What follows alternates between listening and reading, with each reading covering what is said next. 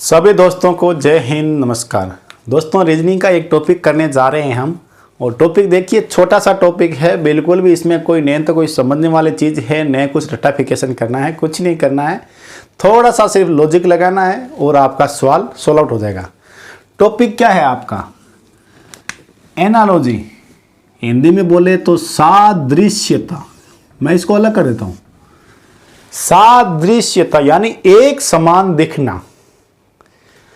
आप कह सकते हो इन ऐसे सवालों में या तो समानता होती है, समानता या फिर संबंध। समानता और संबंध आपस में बताया जाता है। उदाहरण के लिए आपसे कह दिया जाए खाकी पुलिस, और यहां आपको लिख दिया जाए सफेद, आगे क्या आएगा इधर? देखिए, खाकी मतलब पुलिस होती है, वर्दी पहनी है, खाकी पुलिस से संबंध है। देखो आपस में संबंध है, इनका एक दूसरे से संबंध है। इसी प्रकार सफेद को आप कैसे दिखाओगे? तो सफेद यहां पे एज एग्जांपल मान लेते हैं, जैसे डॉक्टर सफेद कोट पहनते हैं, तो ऐसा कुछ संबंध इनमें होगा, आपस में एक दूसरे से कोरिलेट होंगे, परस्पर इनमें आपस में समानता होगी। तो ऐसे सवालों में आपसे या तो 4 ऑप्शन दिए जाएंगे, जिसमें से आपसे कोई एक अलग पूछा जाएगा।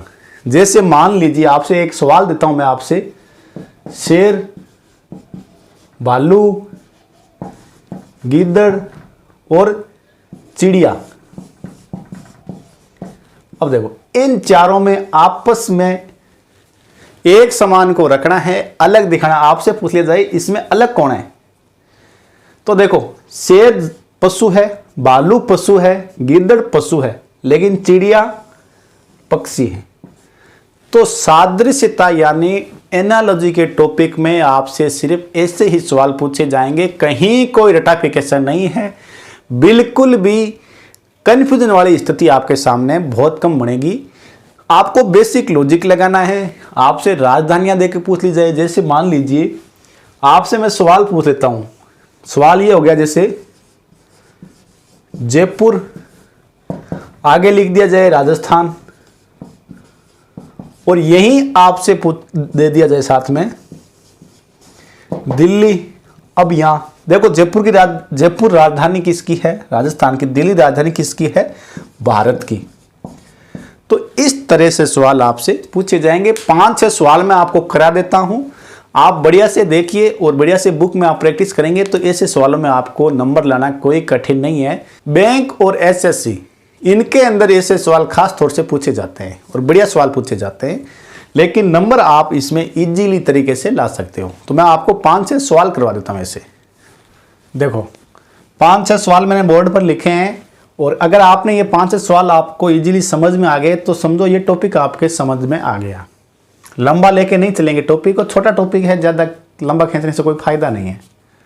देखिए, पहले ही बताया था सादृश्यता यानी समानता से संबंध, आपस में कोरिलेट। अब देखिए सवाल क्या आता है, आपके सामने सवाल मिलेंगे परीक्षा में कैसे।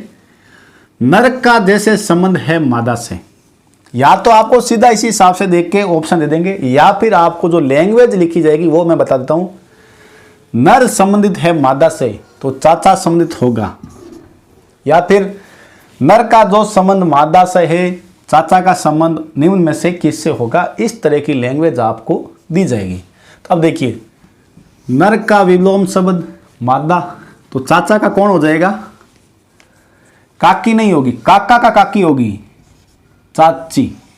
तो ये आपका यहां पे ऑप्शन हो जाएगा चाची। वैसे आमतौर पर अपने चाचा को काका भी कहते हैं, लेकिन देखो दोनों ऑप्शन आते हैं तो ध्यान रखना है, गलत नहीं करना है। चाचा चाची। देखिए, चम्मच का जो संबंध खाने से है, तो चश्मे का संबंध किससे होगा? तो देखिए, लिखने का काम पेन का होता है, फेंकने का काम चश्मा नहीं आएगा, देखने के काम चश्मा आएगा। चश्मा लगा के हम देख सकते हैं। अब ये मत बोलना कि सर चश्मा लगा के ही देख सकते हैं, किसी अंधे को चश्मा लगाओगे तो नहीं दिखेगा उसको। चश्मा आपकी सहायता करता है, अगर आपकी आंखों की रोशनी कम है तो आप देख सकते हैं। तो चश्मा आपके काम आएगा यहाँ पर देखने की। अगला सवाल, वर्त का जो संबंध परिधि से है वही वर्ग का संबंध किससे होगा? तो वर्त, ये वर्त हो गया। परिधि क्या होती है वर्त की? ये बाहर की जो जितनी दूरी है वो परिधि है। वर्त के अपन बाहर कॉर्नर पर जो चलते हैं पूरी बाहर की, यानी यहां से अपन घूम के वापस यहां आते हैं तो जितना चलते हैं वो आपकी होती है परिधि यानी परिमाप। तो वर्ग का क्या होगा? ये आपका वर्ग हो गया। और वर्ग के चारों भुजाओं का जो योग होता है उसको हम क्या बोलते हैं? परिमाप। तो यहां संबंध हो जाएगा परिमाप।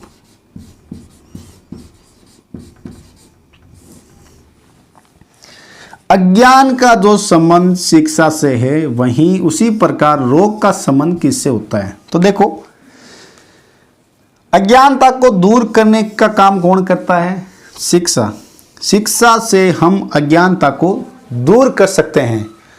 तो रोग किससे दूर होगा? अस्पताल जाने से दूर होता है मान लिया, परिचारिका चिकित्सा नहीं, औषधि, दवाई अपने लेंगे तो अपना रोग कटेगा, क्योंकि यहां अज्ञानता का उद्धार करते हैं शिक्षा से। तो रोग का उपचार किससे होगा? औषधि से। आप जो दवाई लेंगे उससे आपका रोग कटेगा। तो इसी तरह के प्रश्न एनालॉजी यानी सादृश्यता के अंदर आते हैं।